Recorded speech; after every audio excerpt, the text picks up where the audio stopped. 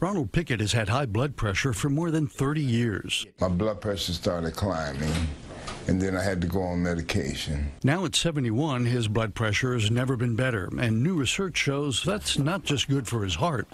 A study presented at the Alzheimer's Association International Conference finds intensively treating blood pressure to lower the top number to 120 from the previously considered high normal of 140 can lower the chances of developing mild cognitive impairment and dementia. This is really the first time we've been able to show in a clinical trial that aggressive management of these cardiovascular risk factors, such as blood pressure, can reduce a person's risk for cognitive impairment. The study looked at more than 9,000 people. Patients like Ronald who received more aggressive treatment had a 19% lower risk of decline in memory and thinking skills. Diet and exercise, the reduction in salt, and medications if blood pressure was not reduced to less than 120. Researchers advise thinking about your cognitive health at an early age.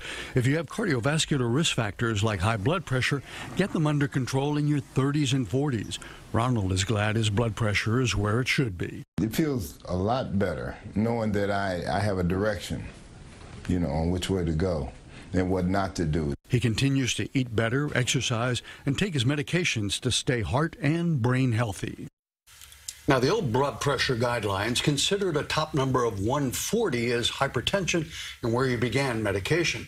That's now been lowered to 130, and about half of U.S. adults have blood pressure above that number and should be working to lower it for their heart health and their brain health. The bottom line is a good rule of thumb is if it's good for your heart, whether it's exercise, a good diet, or whatever, it's also good for your brain.